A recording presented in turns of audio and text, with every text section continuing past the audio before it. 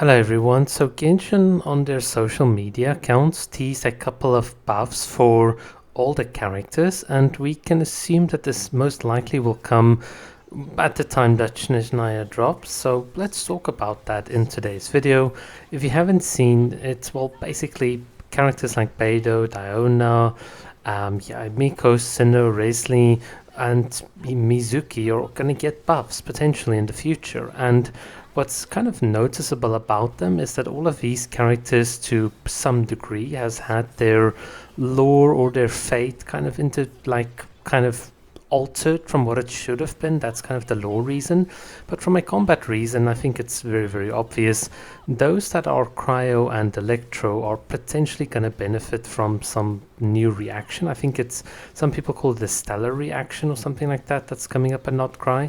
But I think the more obvious reason is that when you release a new region with new mechanics, you're going to run into a trouble that not enough characters can actually fully utilize it unless you pull for the current characters on the banner. And this is something we actually saw in the Natlan type of region, where you had Kinich and Mualani and Kachina, and to be fair, at least Oyo gave us the Saurians and so on, but you could tell that without a full roster of Night Soul blazing characters, it was kind of difficult. It was the same here with the Lunar reactions, and I think that's why Genshin kind of hinted at, or at least why they released a Nefa very, very early on. And I think that's exactly kind of the same situation here. They're just releasing a couple of old characters, giving them a bit of a buff. It helps for a bit of resale value, potentially rerunning the 4 stars on some of the banners. Characters like Yai Miko and Resley, they're going to have some sort of benefit, so at least you'll have something to play. And I think logically this tells me that the first 1 or 2 Stygian onslaughts for Shinigami version 1 and version 2 are probably going to be easier, in the sense that you'll be able to out mechanic it in some sort of way, or you'll be able to brute force it with these characters. I think they're giving you a bit of a leg up, but once the new region starts getting into full effect, you'll probably realize that a lot of these older or supposed buffs aren't going to keep up with the latest characters. So I think this is more honestly a bit of a stopgap, but I am at least happy that some of the older units are getting love. I mean, I would have never ever in my entire life, to be honest, I would have never thought that Chi-Chi buffs would be a thing, because that, I don't know how you resurrect that character. As for Yaimiko, I'm very happy that my C6 Yaimiko is finally going to be competitive with a C0 Veresa, because I mean that's just the nature of power creep in Genshin, so very happy about that. I know Resley mains they're a different beast. Some of them keep on soloing the Spiral Abyss for some reason, so I think they've got more tools to play with, so I think it's going to be lots of power to them.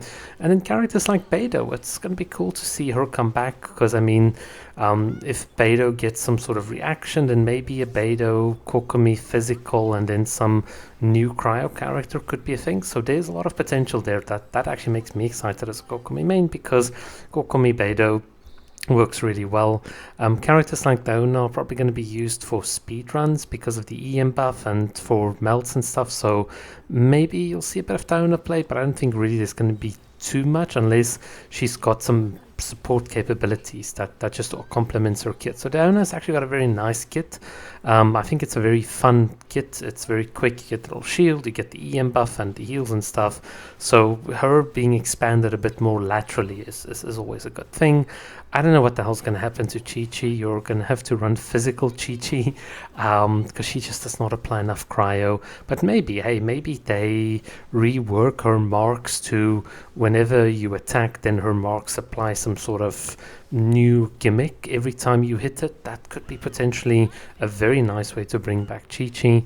But yes, I mean, overall, it's always exciting to get buffs for all the characters, because that just means there's more for you to play with, and because you've already built these characters, you're not losing out. It's generally a positive thing. It adds to replayability and all of that. So I think that is a very, very big positive. I'm the most excited for Yai, and then secondly for Beidou, because that's going to work really well with Kokomi.